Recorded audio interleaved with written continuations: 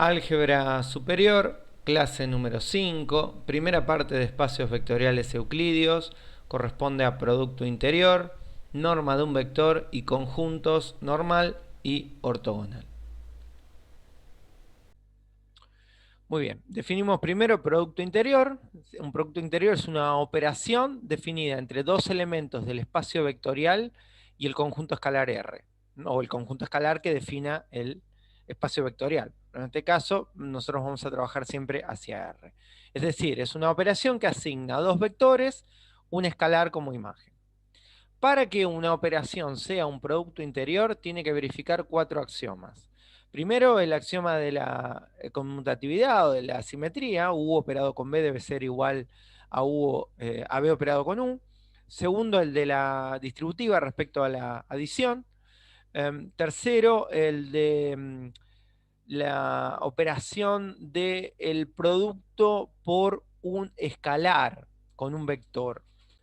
Esta operación se suele llamar propiedad de homogeneidad, ¿no? Es lo mismo operar lambda por u con b que lambda con u por b que u con lambda por b, ¿no? Este lambda es un escalar.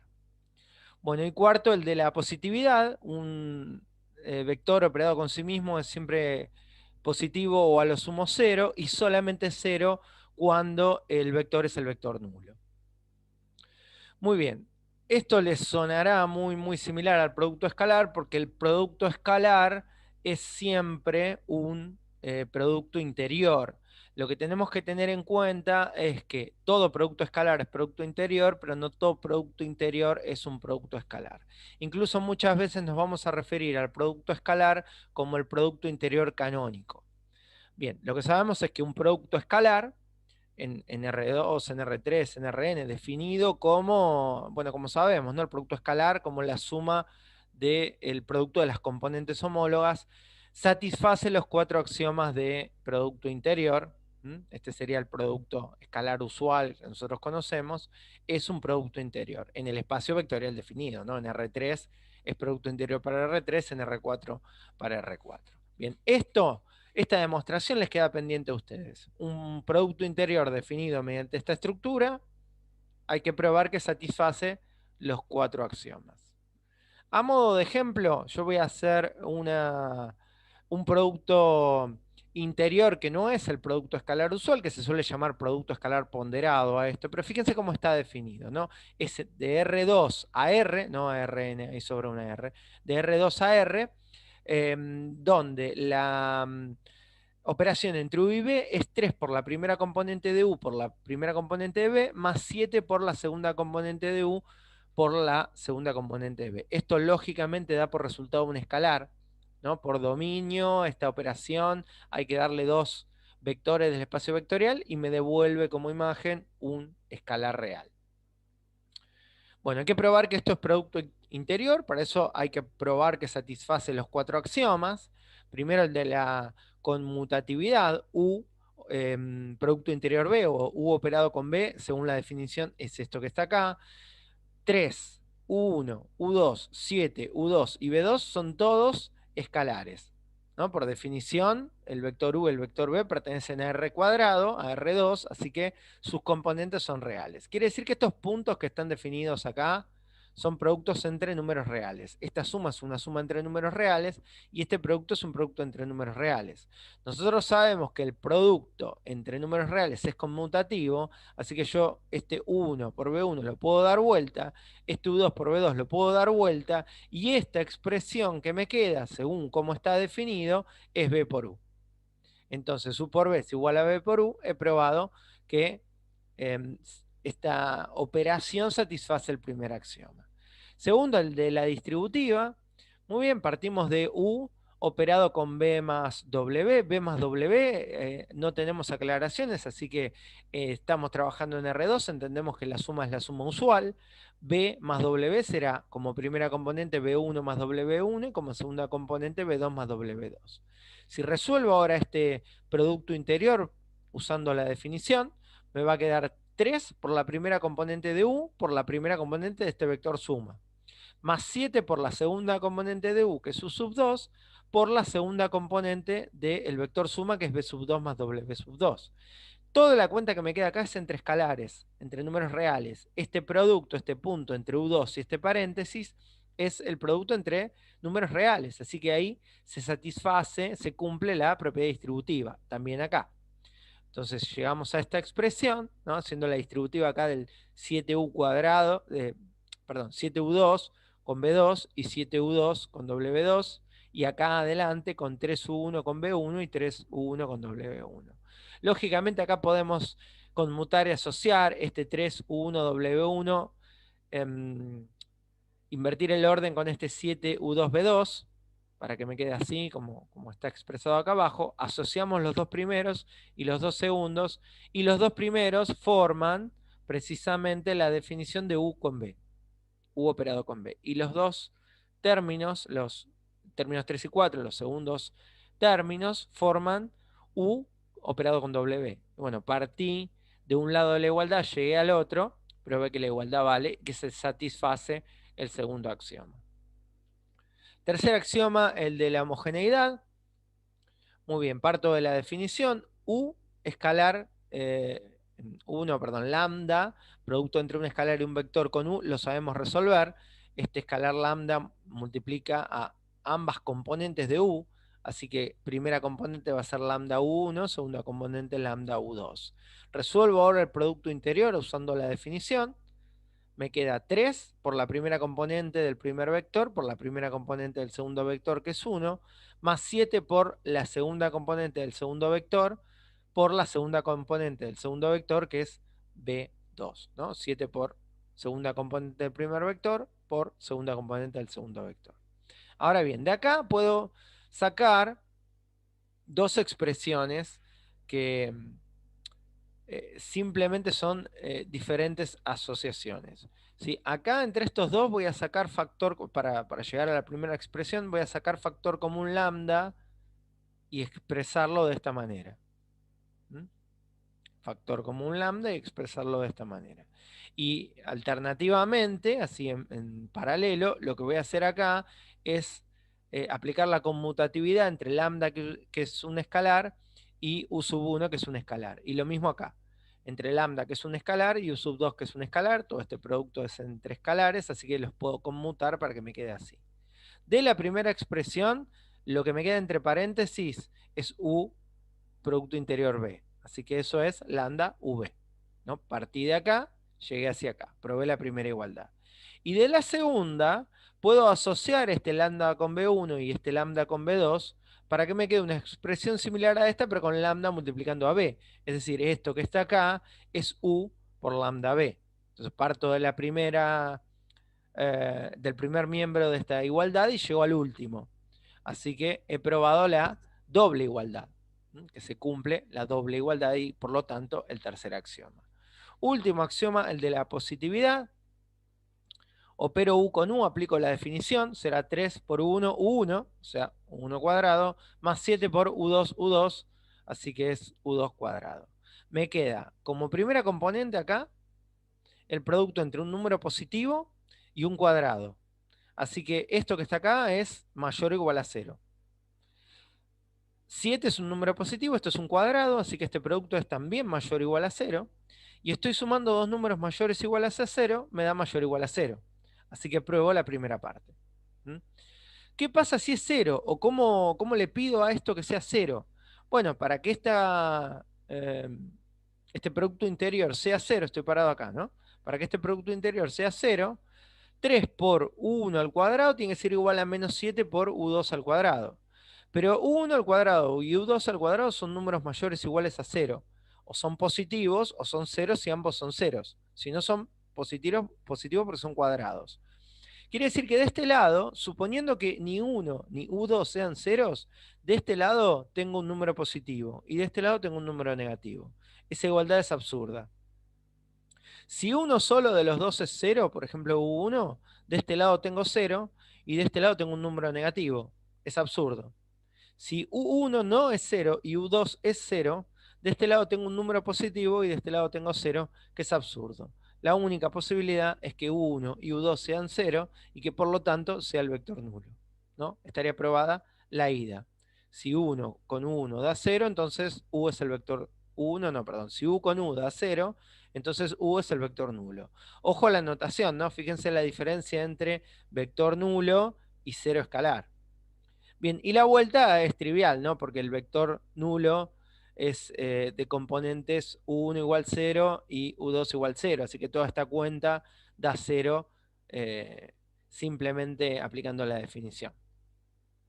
Bueno, entonces qué he probado, que satisface los 4 axiomas y que por lo tanto es un producto interior.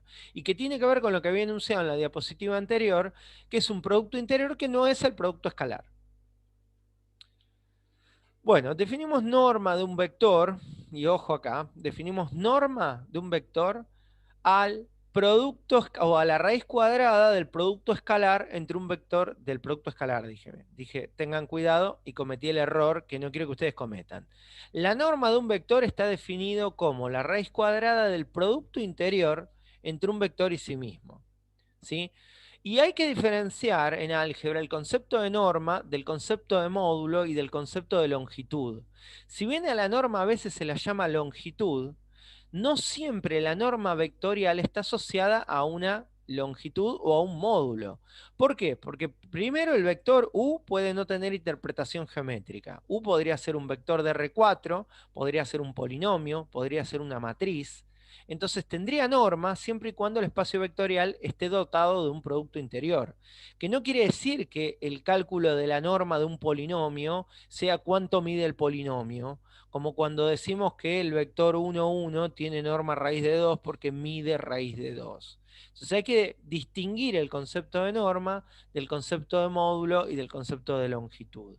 Definimos la norma de un vector de esta manera.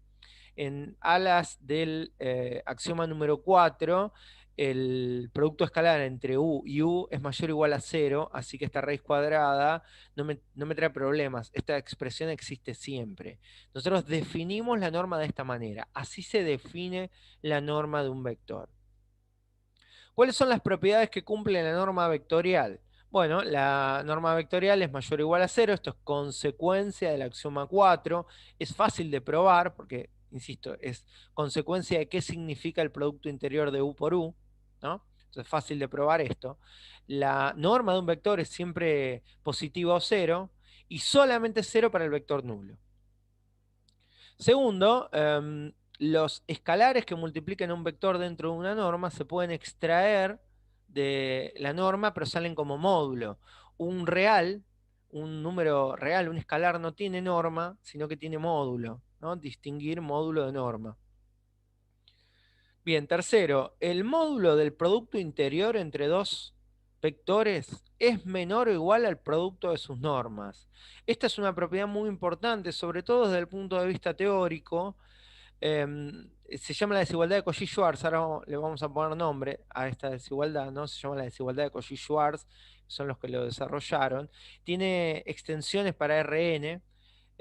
Si nosotros lo pensamos, tiene una interpretación geométrica para el producto escalar usual o el producto interior canónico y para la longitud vectorial, pero es más extenso, ¿no? Se aplica a cualquier norma y a cualquier espacio vectorial.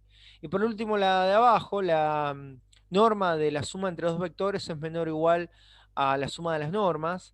Esto puede llegar a dar igual o no, pero si no son iguales, la suma de las normas es mayor a la norma de la suma. Esta se conoce muchas veces como la desigualdad triangular o, para libros un poco más elegantes quizás, la desigualdad de Minkowski. Minkowski. Bueno, muy bien. De estas propiedades ahora vamos a demostrar algunas, pero primero voy a sumar algunas definiciones. Llamamos vector normal a un vector que tiene norma 1, norma igual a 1. ¿Sí? Con la norma definida de esta manera, si la norma es igual a 1, se dice que el vector es normal. Cuando estamos trabajando en Rn, en R2, en R3, se suele usar la palabra versor. ¿Sí? En Rn. Por ejemplo, en R3 recordamos I versor, J versor, K versor, que tienen norma 1. ¿Sí? Entonces, en ese caso, se suele usar la palabra versor. Pero bueno, nosotros vamos a usar mucho más vector normal. Bueno, y conjunto normal, vamos a llamar conjunto normal a un conjunto formado por todos vectores que tengan norma 1. ¿sí? Lógicamente, ninguno de estos vectores puede ser el vector nulo, porque si fuese el vector nulo, tendría norma cero. Entonces, un conjunto normal no contiene al vector nulo. Tiene todos vectores que tengan norma 1.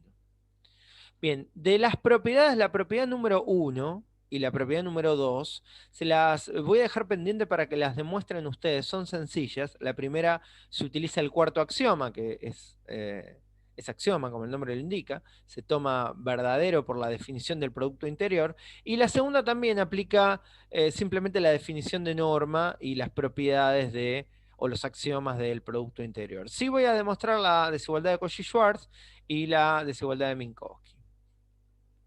Bueno, empezamos con la desigualdad de Cauchy-Schwarz. Para eso tomamos un vector auxiliar, un lambda por u más b, lambda por u más b, ¿sí? Lambda por u me da un vector, y si le sumo b me da otro vector, así que esto que está acá es necesariamente un vector. Si es un vector tiene norma, ¿sí? Y satisface el producto interior.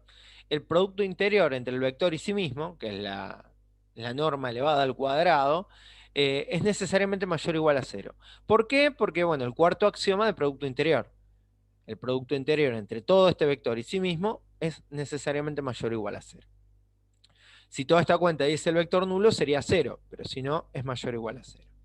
Bien, aplicando las propiedades del producto interior, este producto interior es distributivo respecto a la suma, así que me queda lambda u con lambda u acá, lambda u con b acá, b con lambda u acá y b con b acá. Por homogeneidad, este lambda y estos dos lambda pueden salir del producto interior. Acá va a salir dos veces en el primer término. Sale este lambda y sale este lambda, así que afuera me queda lambda, por eso lambda cuadrado. Acá sale lambda, acá sale lambda.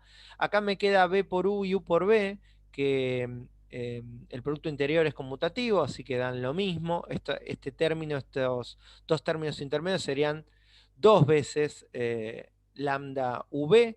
B por B es la norma de B al cuadrado, usando la definición de norma. U por U, producto interior, es la norma de U al cuadrado, también utilizando la definición de producto interior. Y lo que quiero que pensemos ahora es en esta expresión que me queda acá definida, en términos de un polinomio de grado 2 o una ecuación cuadrática, como si lambda fuese la incógnita y todo esto que multiplica acá fuese un escalar, porque de hecho lo es. U es un vector, así que su norma elevado al cuadrado me da un número. 2 por el producto interior de u por b también da un número, así que todo esto es un número, y la norma de b al cuadrado también da un número, así que lo podríamos pensar así, ¿no? Lambda al cuadrado por a, más lambda por b más c, donde a es la norma de u al cuadrado, b es 2 por b producto interior y c es la norma de b elevado al cuadrado. Entonces pensemos en esto como una parábola tal que tiene todos sus valores, toda su imagen mayor o igual a cero. En términos geométricos, a ver, bueno, en términos geométricos es una parábola que tiene toda su imagen con valores mayores o iguales a cero. ¿Sí? A ver si lo puedo checar un poquito. Se me va la... Ahí. Tenemos una parábola que tiene todas sus imágenes mayores o iguales a cero. Acá tengo una parábola donde todos los valores de y, toda su imagen es mayor a cero. Si yo modifico este valor, ahí tengo una parábola que ahora tiene valores positivos, valores iguales a cero, valores negativos y de vuelta valores positivos, ¿no? Una parábola cuya imagen no son todos valores positivos, ¿no? Tiene conjunto de positividad y conjunto de negatividad. A ver si ahí queda mejor. Si yo consigo que esta parábola se posicione sobre el eje, bueno, esta parábola tendrá su imagen valores mayores a cero y para algún valor será cero. ¿No? En este caso tendrá conjunto de positividad, conjunto de ceros y no tendrá conjunto de negatividad. Y ahí yo tengo una parábola donde todas sus imágenes son positivos, solamente tiene conjunto de positividad. Yo tengo como posibilidades de lo que me plantea el ejercicio es que la parábola esté por ahí, ¿sí? Toda arriba del eje, o a lo sumo, para algún valor, esté sobre el eje, que pueda valer cero. Pero lo que no puede ocurrir es que tome valores negativos. Entonces, ¿cómo leemos eso en términos de análisis matemático? Bueno, es una parábola que o tiene una raíz doble o no tiene raíces. Y en términos del discriminante, eso me diría que esta parábola, para que satisfaga que tenga o una raíz doble o que no tenga raíces, es decir, o que sea esta parábola o que sea esa parábola, tiene que tener un discriminante no positivo. ¿No? Recordamos de la fórmula resolvente, el discriminante, bueno, b cuadrado menos 4 por a por c. Si me da mayor a 0, tiene raíces distintas. Si me da igual a 0, tiene raíces dobles. Y si me da menor a 0, no tiene raíces reales. Entonces, me interesa a mí que esta parábola tiene que cumplir, porque esto de donde yo estoy partiendo es verdadero. Entonces, para que esto se cumpla, tiene que ser cierto que esta función, pensada como una expresión cuadrática, tenga su discriminante no positivo. Bueno, el discriminante, lo dije recién, ¿no? Es b cuadrado menos 4 por a por c, pero recordemos que b es 2 por el producto interior entre u y b. Entonces, eso es al cuadrado. Menos 4 por a es la norma de u al cuadrado y c es la norma de b al cuadrado. Esto se tiene que cumplir. Para que se cumpla esta condición, se tiene que cumplir esto también. Entonces, como la de arriba se cumple, la de abajo también. Muy bien, de acá podemos ajustar un poquitito, ¿no? Acá distribuir el cuadrado, me queda el producto interior al cuadrado y 4. Acá podemos sacar factor común 4, ¿sí? Y pasarlo hacia el otro lado dividiendo, desaparece, y pasar toda esta expresión sumando hacia el otro lado. Muy bien, fíjense lo que me queda. Me queda el producto interior entre u y b elevado al cuadrado menor o igual al producto de las normas elevadas al cuadrado. Si yo aplico raíz cuadrada lado a lado, de este lado puedo simplificar tranquilo, porque la norma de u y la norma de b son mayores o iguales a 0 por definición. Pero de este lado el producto interior no tiene la obligación de ser positivo. Entonces, cuando aplique raíz cuadrada y simplifique, voy a tener que necesariamente aplicar las barras de módulo. Entonces, partí de algo verdadero, llego a algo verdadero, y esto a lo que llegué es la tesis de la desigualdad de Cauchy-Schwarz. Así que he probado que el módulo del producto interior es menor o igual al producto de las normas. Bueno, segunda propiedad que voy a demostrar, la desigualdad triangular. Es un poquito más sencillo. Por definición de norma, tenemos que la norma del vector u más b elevado al cuadrado es el producto interior entre u más b y u más b. De este lado podemos aplicar la propiedad distributiva, u con u, más u con b más b con u, así que abrevio, ¿no? Acá me queda dos veces u con b, más b con b. Acá va la igualdad, ¿no? De acá hacia acá va la igualdad y hacia abajo va la igualdad. Bien, hacia abajo va a valer igualdad también, porque u con u es la norma de u al cuadrado y b con b es la norma de b al cuadrado. Hasta ahí va la igualdad. Y ahora vamos con desigualdad. Esta expresión afirmo que es menor o al menos igual a esta expresión donde lo que hice fue agregarle barras de módulo al producto interior entre u por b. Vamos a comparar el primer lado con el segundo, el primer miembro de la desigualdad con el segundo. U cuadrado y u cuadrado acá son iguales. B cuadrado y B cuadrado acá en norma también son iguales. Lo único que cambia es lo del medio. U por B acá en producto interior tiene que ser necesariamente igual acá, porque son los mismos vectores. Quiere decir que si el producto interior entre U y B diese 0, este lado y este lado son iguales. Entonces vale la igualdad. Si el producto interior de este lado dice un número positivo, el módulo lo deja como está. Entonces, el primer lado y el segundo lado también serían iguales, vale la igualdad. Ahora, si el producto interior de este lado fuese un número negativo, de este lado me queda un número positivo. Entonces acá la cuenta la norma de u al cuadrado más la norma de b al cuadrado se le suma un número, perdón, se le resta un número, porque esto dijimos que era negativo. Tengo la norma de u al cuadrado más la norma de b al cuadrado menos algo. Y de este lado, como el módulo me lo hizo positivo, tengo la norma de u al cuadrado más la norma de b al cuadrado más algo positivo. Entonces, claramente este lado es más grande que el primero. Ahí vale la desigualdad, ¿no? Entonces, es cierta esta desigualdad que estoy planteando. Si el producto interior es negativo, el segundo lado es más grande. Si el producto interior es positivo, son iguales, y si el producto interior es cero, son iguales. Bien, voy a volver a poner una desigualdad ahora usando el teorema anterior. El módulo del producto escalar es menor o igual que el producto de las normas. Aplico la desigualdad de Cauchy-Schwarz.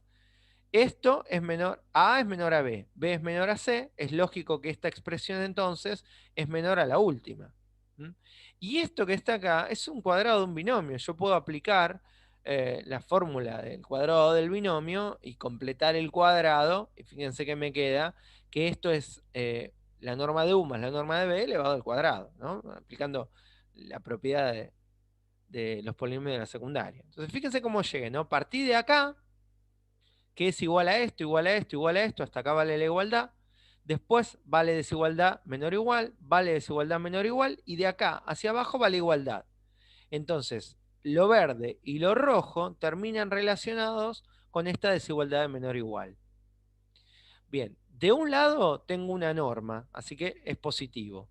Del otro lado tengo la suma de dos normas, así que también es positivo. Aplico raíz cuadrada lado a lado y simplifico tranquilo porque los argumentos son números positivos. Y lo que provee es la desigualdad triangular.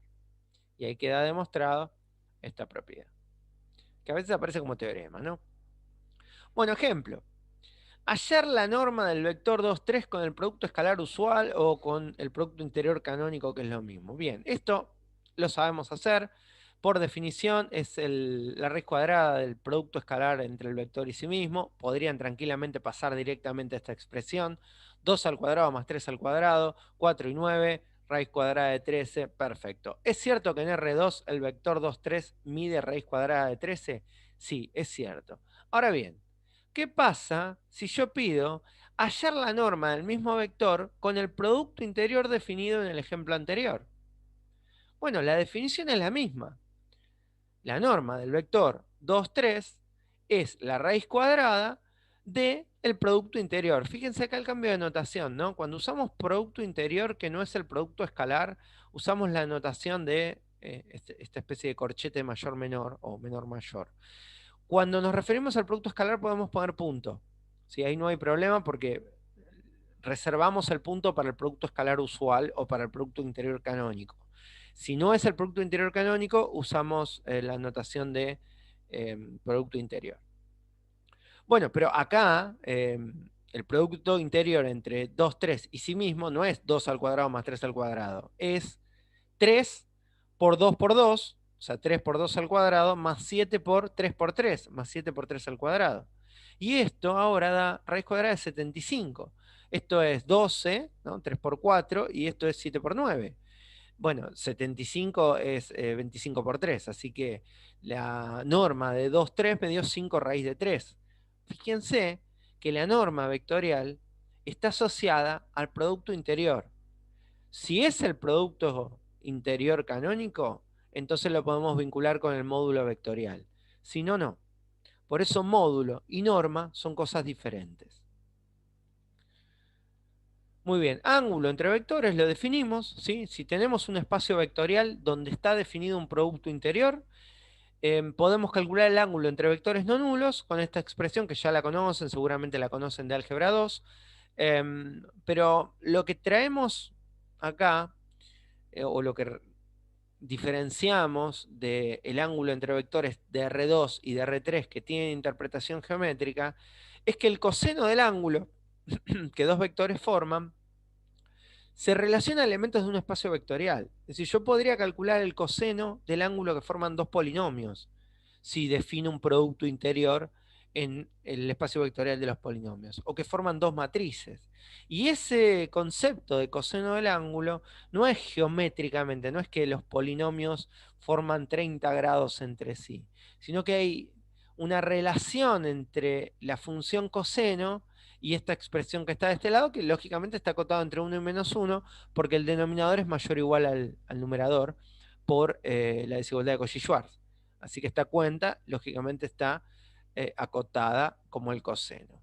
Alternativamente, también fíjense que de acá se puede despejar un método de cálculo del producto interior que utiliza el ángulo, ¿no? También sabemos que el producto interior se puede entonces calcular como el coseno del ángulo que forman por el producto de las normas, ¿no? Esto es bastante usado en el producto escalar, en R2 y en R3, mayoritariamente de forma teórica o para la interpretación geométrica, ¿no? Recuerden que está vinculado con los volúmenes y las áreas, ¿no? Producto interior, producto escalar, producto vectorial, digo, tienen una relación ahí con las áreas y los volúmenes. Bueno, definimos ortogonalidad. Dos vectores se dicen ortogonales, sí, solamente sí, su producto interior da 0. Y acá nuevamente tenemos la diferenciación que hacemos en álgebra entre ortogonal y perpendicular. Perpendicular es una palabra reservada para aquellas entidades que tienen interpretación geométrica. Yo podría decir que dos vectores de R2 son perpendiculares y sería lo mismo que decir que son ortogonales. Yo podría decir que dos eh, vectores de R3 son ortogonales y eso coincide con decir que son perpendiculares. Sin embargo, yo podría afirmar que dos polinomios son ortogonales y eso no implicaría perpendicularidad. La perpendicularidad y la ortogonalidad son sinónimos siempre y cuando estemos hablando de productos de espacios vectoriales con interpretación geométrica. Entonces serán ortogonales dos vectores si su producto interior da 0.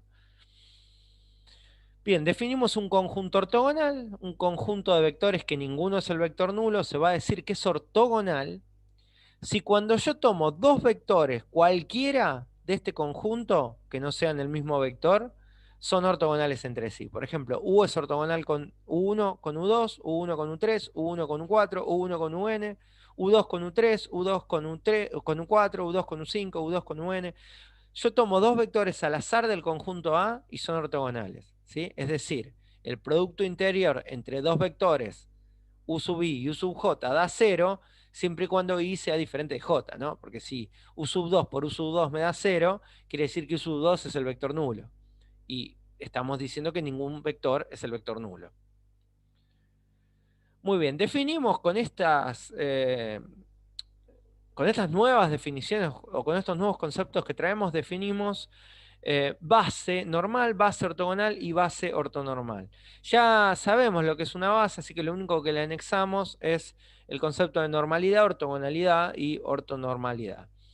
Un conjunto que sea ya base de algún espacio, ¿sí? Acá ortogonal no va. Un conjunto que sea base de un espacio vectorial, no de un espacio ortogonal, que sea base de un espacio vectorial, se dice base ortogonal si el conjunto, además de ser base, es ortogonal. Se dice base normal si el conjunto, además de ser base, es normal. Y se dice base ortonormal si el conjunto, además de ser base, es ortogonal y también es normal. Para que se cumpla entonces que un conjunto sea base normal,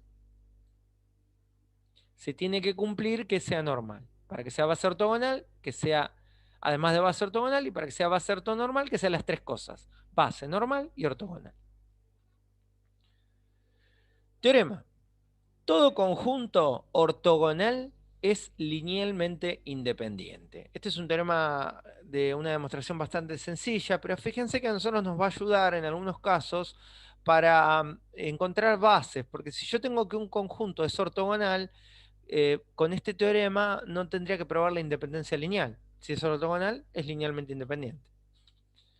Bueno, tomamos un conjunto ortogonal, por definición ortogonal, entonces parto de la combinación lineal hacia el vector nulo. Recordemos que esto me va a llevar a la definición de independencia lineal si resulta que este sistema es compatible determinado. Pedirle a este sistema que sea compatible determinado es lo mismo que pedirle que todos los alfas sean ceros, ¿sí? Que yo pruebe que la única forma de alcanzar al vector nulo es que todos los alfas sean ceros. Entonces empezamos multiplicando miembro a miembro esta expresión, ¿sí? Por B sub 1. Dije multiplicando, pero en realidad lo que vamos a usar es el producto interior.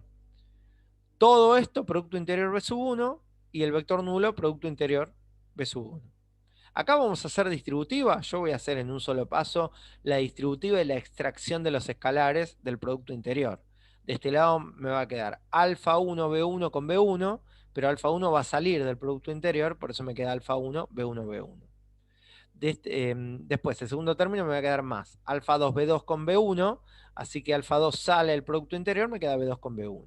más, etcétera, etcétera, etcétera, hasta que el último, lo mismo.